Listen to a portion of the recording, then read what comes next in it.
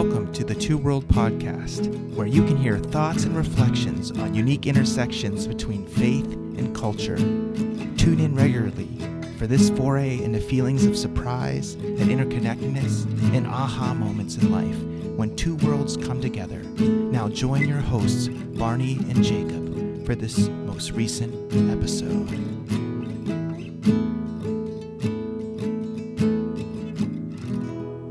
Greetings, everyone. We want to welcome you to our first in a series called the Two World Podcast. I'm your host today, Jacob Dotson, and I'm joined by... You guys can please just call me Barney. Thank you, Barney. Barney and I are so excited to start this podcast. Each of us have had a lot of experiences abroad, and we've even gotten to know each other through travel. And we also share a passion about our faith and our interest in culture. And so this was a unique opportunity for us to come together and see how those different areas intersect, to celebrate that, to enjoy that, and to share it with you. So we're so grateful that you're listening today. We want to take a moment just to give you a little bit of background about who we are and what draws us to do this podcast. And so, Barney, can you just give us a little bit of your background? Yeah, I'm happy to. Yeah, I enjoy listening to podcasts and have a little experience doing a different podcast. And for me, it's a lot of fun, kind of relaxing with the microphone and talking about having a conversation and thinking that people might be out there listening and benefiting from the conversation in some way or another. And I really wanted the chance to use technology to be able to talk about faith. You know, I kind of feel like I'm not exactly what a professional or even very specially trained in talking about faith, but I'm just a regular guy who does my best, and I think that maybe hopefully other people can relate to that, and maybe from what I say or whatever comes up in the conversation, people can find something to think about and reflect on through that too. And so I'm just really happy for the chance to have this podcast, and especially to do it together with my good friend Jacob. Thanks so much, Barney.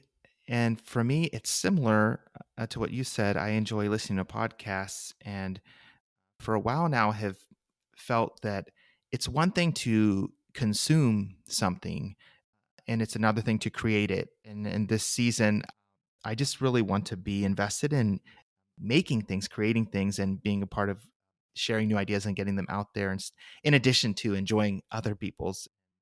So this was an opportunity for that. And also, having been a part of a church ministry for a number of years, where I've been located in one culture and one context in Ohio, I thought doing this podcast would be neat to reflect on broader things going on around the world in culture, but also related to faith. And so that excites me.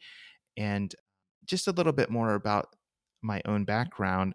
When I was an undergrad, I actually wanted to be an international business person, or I thought I might do a lot more travel, and really enjoyed culture and was able to study abroad, which I know we're going to talk about today.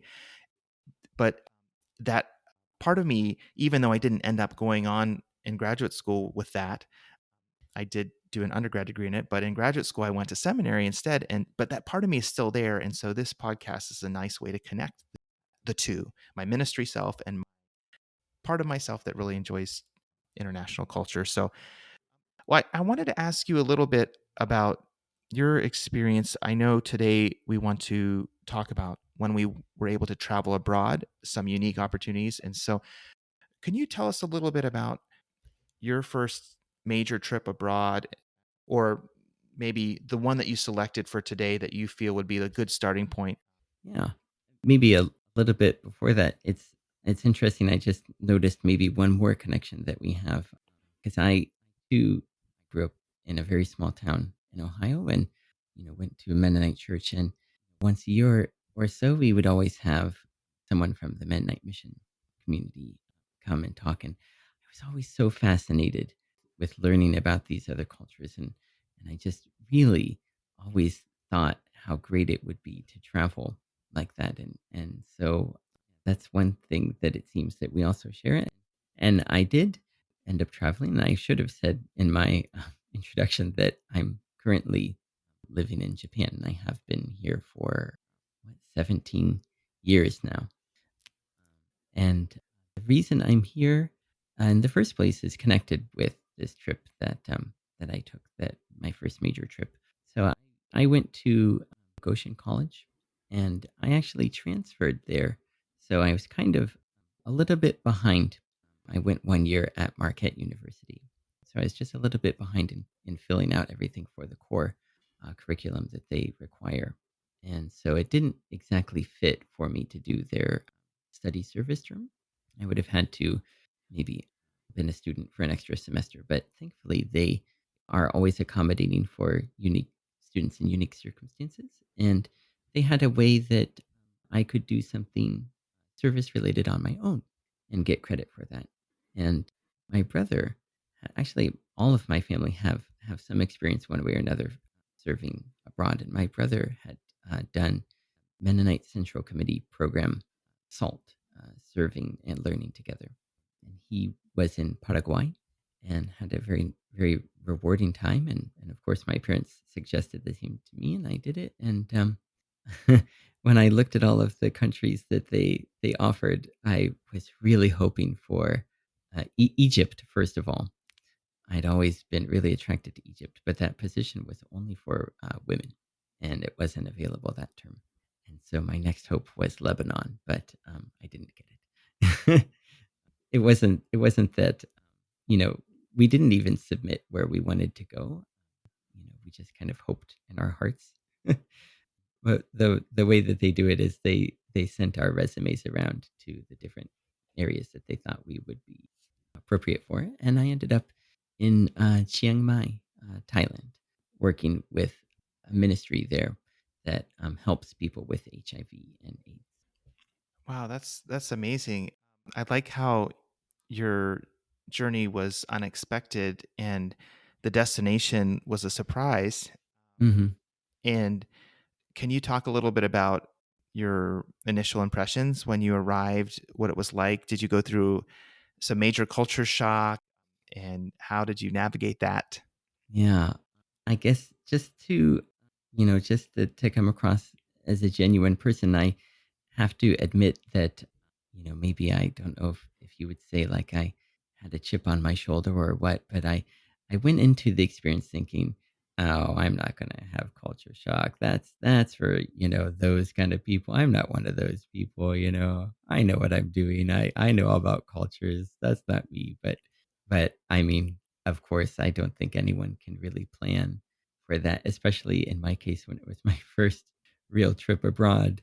And yeah, I think just even though I had read about some of the different kind of do's and don'ts in the Thai culture, just it's real hard to separate yourself from the American culture and the habits that you have for that you've developed for 20 some years or so. I remember clearly in language class, in American schools, things are so casual, and it's nothing to just like kind of toss, after the teacher passes the pieces of papers to hand out and there's extras. It's you just kind of casually put them, toss them on the desk. And then I think it was just later that day that I read, in the guidebook, you should never toss papers when you're Oh in Thailand. no. And so Oh. I thought to myself, "Oh, no, here's just this big," it's something that they went to the effort of not of writing in a guidebook, "You shouldn't do this." And of course, Oh man. I went and do it, and then later, we were going to a camp, and I thought, "Well, I need to take some shoes that are okay to get dirty," and so I just tied them to the side of my backpack, and then later I read, "You should never tie your shoes Oh no. to your backpack because it's offensive." Oh, Yeah, that's so so hard. yeah, just, being in this new place and the weather is so different and, the I knew at least to expect to, have to take off my shoes and whatnot. That wasn't a big deal. But yeah, a lot of the weather, the jet lag, everything just kind of adds up, and you feel kind of the pressure of that other culture in different ways that you don't expect. No matter how much you think Mm. that you'll be able to handle it beforehand. And hearing you talk about your reason for going being service, did you Hmm. feel that your experience while there achieved that? You were able to serve and it felt satisfying? And what was that like? Yeah. I think especially talking so there were 4 of us in Thailand. Two people were serving in Bangkok. Another person was in Chiang Rai, and then I was in Chiang Mai. And the Bangkok and the Chiang Rai posts were kind of more, established. And I was the first person to be with this, NGO in, Chiang Mai. And it kind of came out that maybe the people didn't really know what they wanted me to do. Mm. And it seemed maybe they even were just hoping for someone who could live in their house and their kids would learn English that way. Ah, sure. Yeah. So it was maybe feeling valuable for the organization was difficult for me, especially since I was only 23 and just out of college. And, I didn't know where, and then, the internet was not as developed as it is now. And I didn't know where to go to search for, grant opportunities for them, fill out things like that. Because I was just, my title was an English correspondent, right? Sounds like I'm, have my own byline in a newspaper or something, but, right? But I didn't do as much according to that job title. But I felt like, I hope that I touched the people that I worked with, and I know that I ended up getting more out of the experience than probably what they got from me. Mm. As it was an AIDS ministry and the taboo is so strong in Thailand, we would go and visit people who needed ministry or to be administered to, and also if they needed healthcare help with that. I mean, I wasn't qualified for either of those, but being along with them and visiting the people in these remote places, that really, I think that really helped me Mm. the most. And I felt like even just kind of being there, um, even though I couldn't, I actually did pretty well with learning Thai and speaking Thai and understanding, but I kind of felt like this really was one of those times where, they talk about body language, and I think that people could sense that I had real, care and hope and empathy and compassion for them. And yeah, I think just the fact that the memories of these people still stick with me, I really hope that means that I had some kind of impact on them too.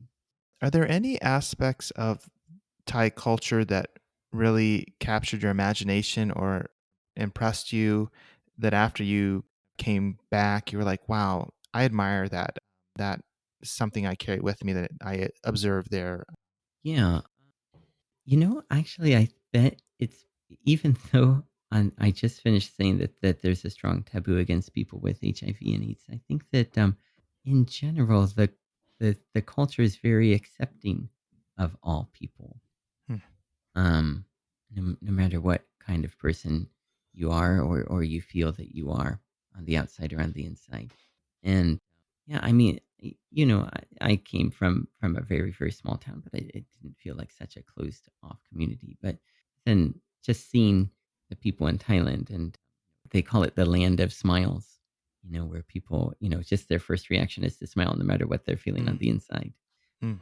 And maybe a good illustration of the acceptance that they feel for all people is in Thailand, people have like a gift closet where it's really like an embodiment of the thought that counts. If you give someone a gift, they don't open it in front of Mm. you. They just put it in the closet and Oh. they're just happy to have the gift. right? And Oh. whenever you go to someone's house, you take something, even if it's just a few oranges or something, and it's always this feeling of welcome Hmm. and happy that you're here, and that you have some connection with the person, and yeah, that I think is one really really nice thing that I could Hmm. experience and take back. Wow, that's a really interesting practice. I've never heard of that gift closet. Hmm. That's Yeah, fascinating. yeah, Wow. As you look back on it, how much of an impact do you think this trip had on your faith, your kind of yeah. personal journey with God? Yeah. Yeah, really. I think a lot of unexpected results from that. When I went into it, I thought that I would just be, helping people, through service. But it made me realize that, I grew up in a Christian home and I went to church and I even went to a Christian university. And maybe for sure, yeah, I took my faith for granted or I took being a Christian for granted. And then being in that culture where the people, even though the people I worked with were Christian, you know, most of the people that I experienced every day absolutely were not. And that really, on that trip, is when I started reading the Bible a lot. Hmm. And yeah, and taking more time for prayer.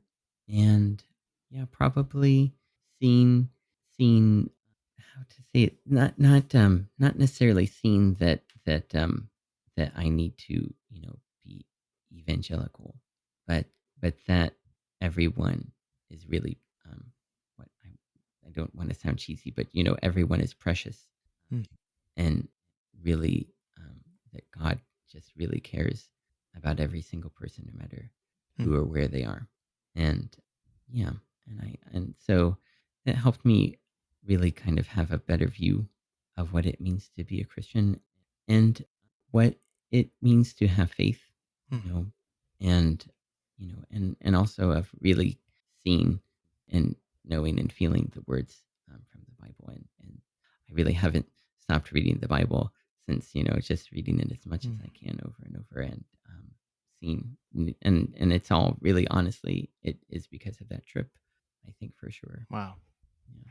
that's amazing. Well, thank you so much for sharing Hmm. about that. That's really inspiring. And because I know your story, I know that there was also another huge impact that that Yeah. trip had on your life, Right. meeting your spouse there, Yeah. right? Yes. Yes. And do you feel at liberty to just share a tiny bit of that story or? Yeah.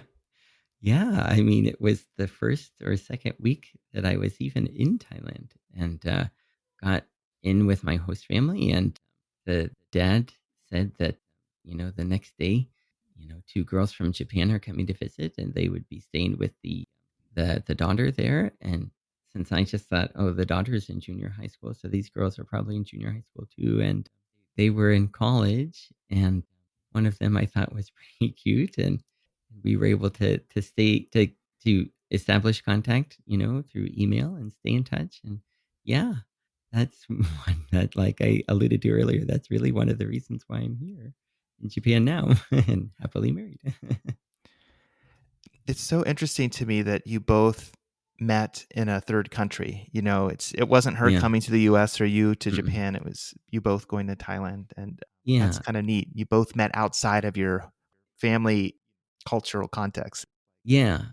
For sure, and that's why I think that's why we chose Psalm 139 for, to be read at our wedding, because that Ah. talks about how, God, even before we're born, God has all these plans. But, if you say to someone, "You're going to meet someone in another country, and she's not from that country," and eventually, 9, 10, 12 years later, you'll get married. How could you think that that's possible? But, you know God already had it planned out. Yes. I like that story a lot. That's really sweet. One thing that I would like to follow up on with you is the idea of the gift closet. Mhm. And my understanding of it is that from what you said, you as a guest, would offer a gift to your host and they would put it in the gift closet, but then they also would offer to you to take something from the gift closet. Is that right? Oh, yeah, sorry. I think that from how it was explained to me is that especially if it's like something that's wrapped, you know, so kind of like a bigger occasion, people would just accept the gift and then, like kind of keep it, store it in their closet for later, I guess. And then, Ah, I see. yeah, yeah, just like I guess essentially showing that it doesn't matter to them what's inside, that they know that kind of like, you just giving me this gift is more meaningful than the gift itself. Mm, And I never saw what happens then, but I'm sure that, later on they probably, anybody probably they would open it and then see what it is and probably use it when they need to. And then along the idea of gift giving, just anytime you went to visit somebody, you would take something small. mm. Yes. I guess I'm kind of wondering about the idea of giving and receiving. Like we think of, in our faith, sometimes, oh, we think, oh, I have so much to offer. I want to give it. I want to share it. And Mhm. maybe, like, even how you said earlier, you thought maybe you had a certain mindset, or I don't know if you use the term chip on your shoulder, but when Yeah. you went with this Yeah. sense that I'm going to go in and give. But Hmm. just thinking about this idea of the hospitality you received and Hmm. what you observed, if, as you said, you received so much, Yeah. that really the deeper truth of the trip to serve other people is to both give and receive, and to do it with openness, and to really encounter people and it not just be one directional. And Yeah. so I kind of wonder, if the older you were to like talk with the younger you before you left, how you each would view that differently after having had the experience, or maybe the younger you would have accepted the older you's advice quickly. I'm not sure, but I uh, know. but now that you are at this point in life, Mm. and if you were giving advice to somebody else who wants to go abroad and maybe serve in another culture, what would be some key points you would pass on to them, and Yeah. how does that maybe I think connect to faith? Yeah, and yeah, boy, I don't think that the younger me would listen to anybody because he was so convinced that he knew everything. But yeah, boy, I think especially it's too easy, especially in service, to think I'm coming from this culture that has so much, and I'm going to a place that doesn't have, and so I'm kind of there to rescue them. Mm, It like you said about it being one way. It's probably maybe making the mistake of thinking that. I think maybe it's too easy to think I'm going to help these people. I am going to help these people. They need my help, right? I think it's too easy to think to focus on yourself, and maybe in that way it unless you're careful to get out of that mindset, then it's easy to miss the chances for other people to help you. I think that I would be curious to talk to other people who have served with MCC, but they or in any way, I'm sure they would also say that they feel like that they got more out of the experience than what they gave, mm. right? That they received more. Yeah.